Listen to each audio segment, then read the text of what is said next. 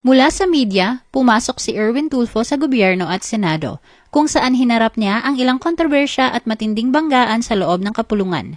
Kabilang ang sigalot nila ngayon ni Senate President Alan Peter Cayetano. The Philippine Showbiz List presents. Kilalanin si Senator Erwin Tulfo at ang bangayan nila ni Senator Alan Peter Cayetano. Early life and journalism career. Ipinanganak si Erwin sa Maynila sa isang pamilyang may malalim na ugat sa serbisyo at disiplina. Anak siya ni Philippine Constabulary retired colonel na si Ramon Tulfo Sr. at ng Japanese na si Caridad Teshiba. Lumaki siya kasama ang kanyang mga kapatid na kalaunan ay naghari rin sa larangan ng pamamahayag, sina Ramon Jr., Ben, at si Rafi na ngayon ay kasama rin niya sa Senado. Nagtapos siya ng Business Administration sa University of the East bago sumikat bilang journalist at TV host sa mga programang tulad ng Tutok Tulfo, Action, at T3 Kapatid Sagot Kita. Kilala si Erwin sa kanyang agresibo at prangkang estilo ng pagbabalita na nagbigay sa kanya ng malawak na suporta mula sa publiko at nagpatibay sa kanyang impluwensya sa media at politika. Senate Power and Governance Roles. Dahil sa kanyang popularidad, pumasok si Erwin sa serbisyo publiko at hinirang bilang kalihim ng DSWD noong 2022. Sa kanyang panunungkulan, naging kilala siya sa hands-on na pamumuno, kabilang ang personal na pangunguna sa relief operations at pagsasaayos ng listahan ng mga benepisyaryo ng 4Ps.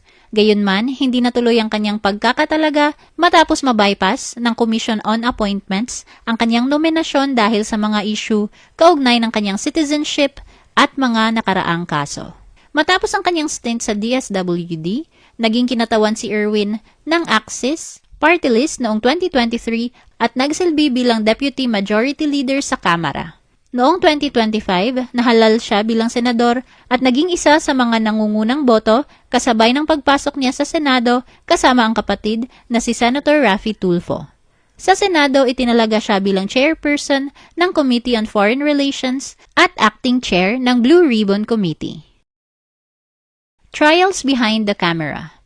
Sa kabila ng kanyang mga tagumpay, hinarap ni Erwin ang ilang kontrobersya kabilang ang issue ng kanyang dating US citizenship at serbisyo sa US military na kanyang isinuko noong 2022.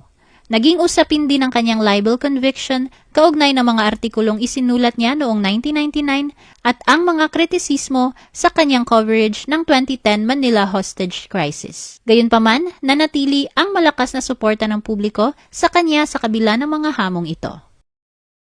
Family life. Sa kabila ng kanyang pagiging kilalang public figure, naging laman din ng balita ang personal na buhay ni Erwin.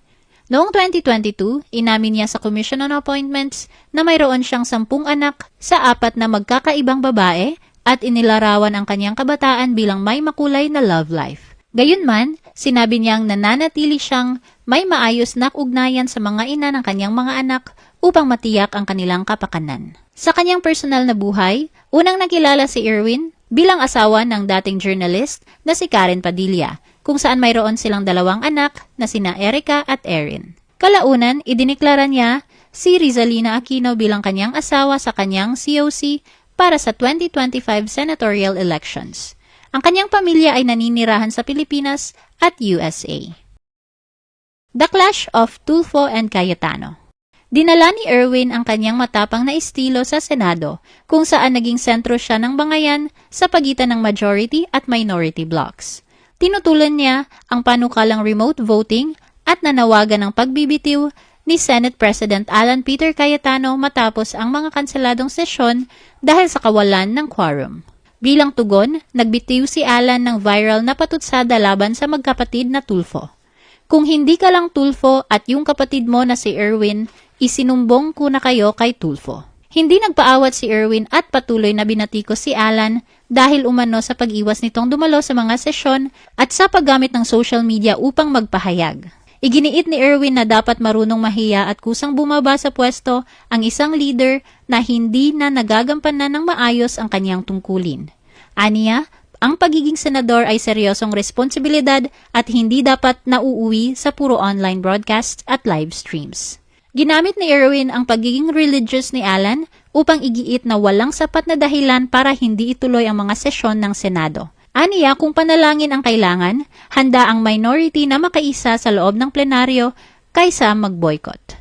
Pinayuhan din niya si Alan na magpasuri dahil umano sa stress na dulot ng mga sigalot sa Senado. Giit ni Erwin, ang kanyang mga pahayag ay para sa pagtatanggol sa integridad ng Senado at sa interes ng publiko.